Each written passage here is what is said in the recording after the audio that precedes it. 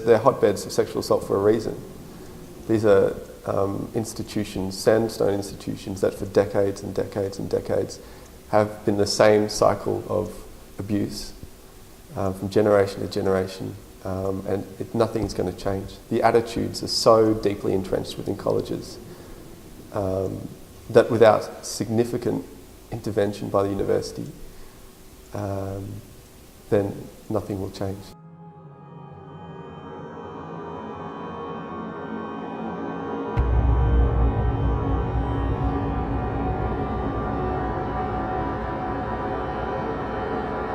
A recent National Union of Students report found that 53% of sexual abuse victims were targeted on campus, at a university event or in a residential college. Alarmingly, only 6% of victims reported the incidents to university authorities. Even less took their allegations to the police. So there's 39 universities across the country, and each one of those universities has a different policy.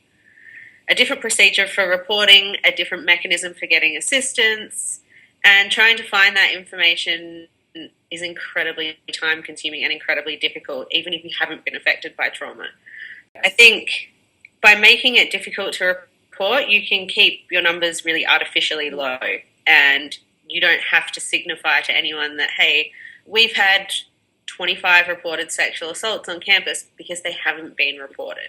We've had a variety of responses, from what I would describe as deliberate indifference, just this isn't our problem, there's nothing we can do, to out and out cover up. The underreporting of campus-related sexual assaults is a serious and ongoing problem. Peer pressure, public shaming and limited consequences to offenders are some of the many reasons victims are reluctant to take further action. There's usually a lot of shame involved, people wondering if it was their fault or they should have, whatever, finished the sentence. Sometimes a belief that nothing much will happen or too much will happen. I've had people tell me in the past that they don't want to affect the reputation of the person who's perpetrated the crime because it's someone they are friendly with. I think there can be an impact of how the first person they tell reacts and whether that means they're going to continue kind of telling.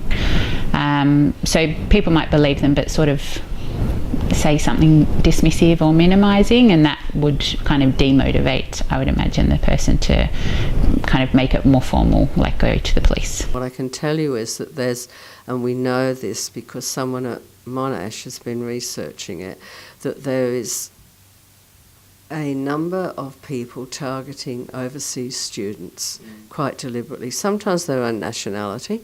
And the reason for that is, from my understanding, that they feel fairly confident these women will not tell people, either because it will get back to their parents and they will be asked to come home, or because they're extremely embarrassed, in some cases because they see themselves as then unmarriageable. Silencing is a big thing within the colleges because they're really close-knit communities, and nobody wants to be a part of the residential college that's the rape college. Mm-hmm. So it's just easier to shut up about it. Yeah. This is a deeply, deeply entrenched culture, and it's one that's not helped by the university from a top-down perspective. I don't think it's as simple as people are now aware that this exists. I mean, everyone knows sexual assault exists. There's a culture within colleges as well of closing ranks when this kind of stuff, you would never report. You know, if you're a woman at college, you wouldn't want to report it for fear of reprisal within the college, or because you have some kind of loyalty to the college, or for whatever reason. There are pressures against you reporting that. Recent media attention on the perceived frat boy culture of some Australian universities has drawn concerning parallels with colleges in the US, prompting many to ask, is the issue being blown out of proportion, or are these comparisons warranted? There is definitely huge similarities between the fraternities and the colleges. A lot of the responses we've been getting from universities when we've been trying to talk about the issue of campus sexual assault is, oh, it's not as bad here because we don't have fraternities. But we have residential colleges, and that's where both male and female students are living. And I think there is something incredibly entitled within a lot of those environments. Obviously, there are students who have wonderful times at residential colleges. They're really close communities. Some people have a great time. A lot of people don't. And when you're living in that situation and it's possible that you're living with the person who raped you, that's a really, really awful, awful thing to have to deal with. And the colleges themselves aren't great at dealing with it. And they don't create communities where speaking out is something you would ever consider doing. Like, I've heard of students who have spoken out about the sexism and the sexual harassment and the sexual violence at their colleges, and the response has been horrendous. There was one who had her mattress dragged out into the quad and peed all over before it was set on fire because she spoke out. She said this is not okay. And so the other students retaliated.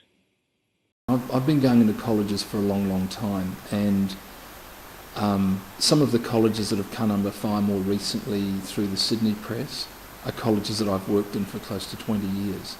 And I know they do a lot. They do as much as they can to try and ensure to the best of their ability that they're providing a safe environment for young women. However, as with all areas of society, things happen.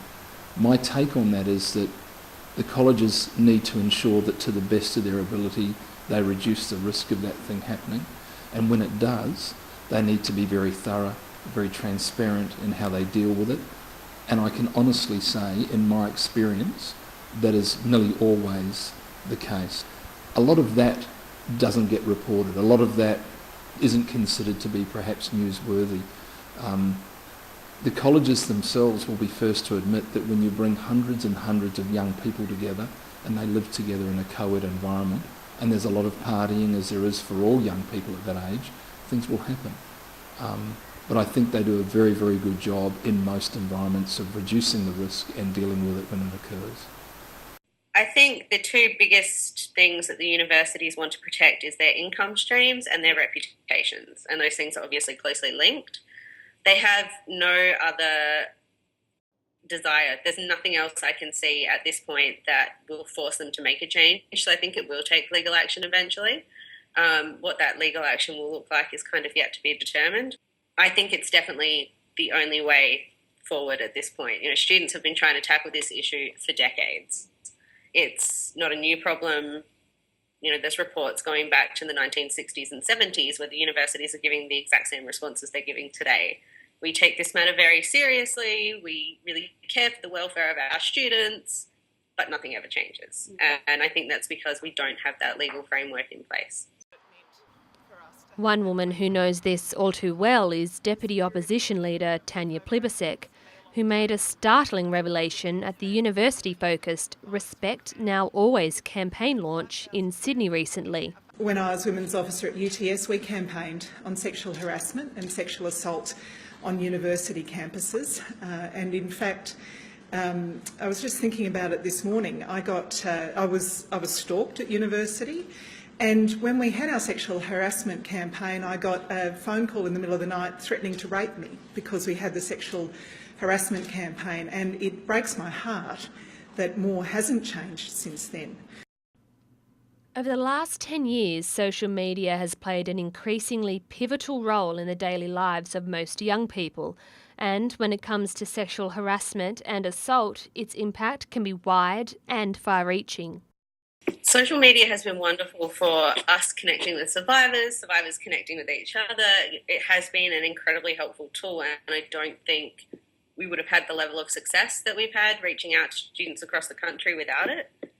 That said, there's, each university in each college seems to have their own secret little Facebook page, and there seem to be these hotbeds where people just post the most revolting comments. They're a symptom, I think, of a much bigger problem, and the fact that so little control is held by the universities over those groups, yet they're using the university names. Nobody's making moves to shut them down.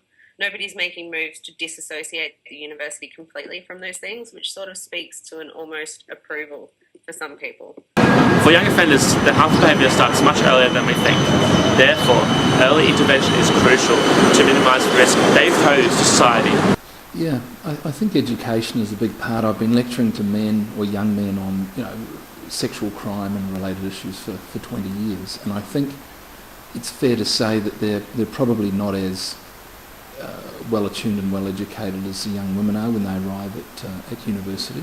That doesn't excuse poor behaviour, but the type of feedback I get from the young guys I lecture to is often that's the first time anybody has spoken to them about what sexual assault is, what indecent assault is, what consent actually means.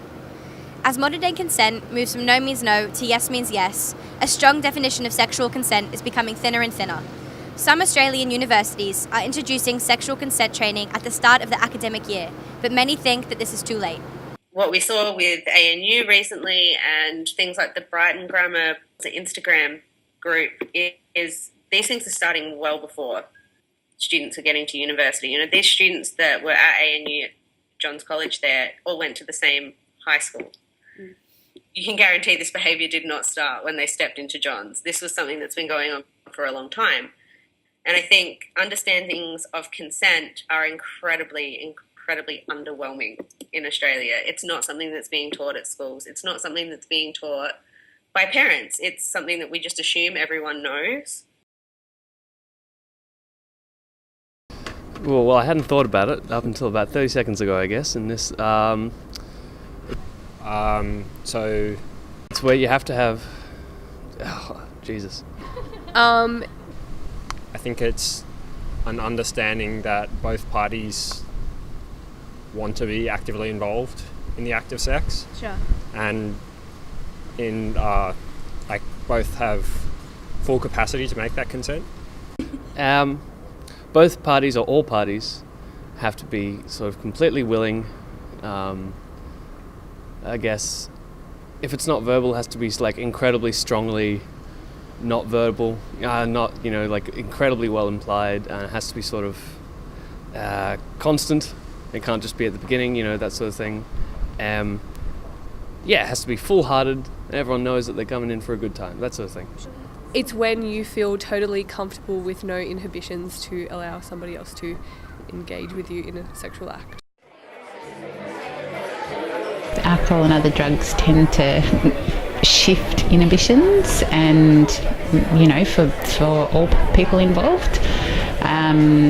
And it can influence kind of behaviour, I suppose. I don't think it's never justified that a sexual assault occurs, but I suppose when there are substances involved, it kind of just can sort of add to the picture of what's happened. I think it's about power. But obviously drugs and alcohol can be included in the whole picture, but everyone's responsible for their own actions. A Sydney University student is facing a hearing at the Sydney Downing Centre later this year on 3 counts of sexual assault after he allegedly attacked a female student on campus after she blacked out at a party. Barristers are meant to establish your credibility, and that's quite difficult for some people. They find it uncomfortable. Other people actually, interestingly, find it a process they're happy to go through because the offender gets asked questions as well. So they're not the only one. So it varies, but you can have a case that's really disappointing. You've done your best, you've given all your evidence, and the jury acquits. It doesn't mean that they didn't find him guilty. It just means they didn't find enough evidence to have him sent to jail.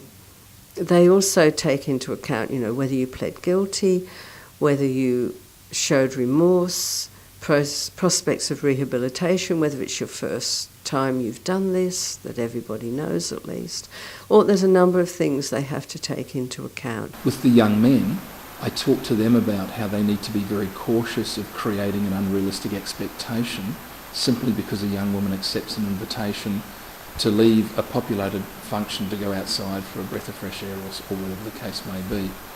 And I think on both sides of that fence, with the young men and the young women, if we can focus on what is the real crux in that issue, and then we add to that with young men the issue of alcohol, the issue of peer pressure, the issue of the fear of losing face in front of their friends, if we bring them out into the open and we discuss those with those young men, I think it goes a long way to getting them to question the choices that they make.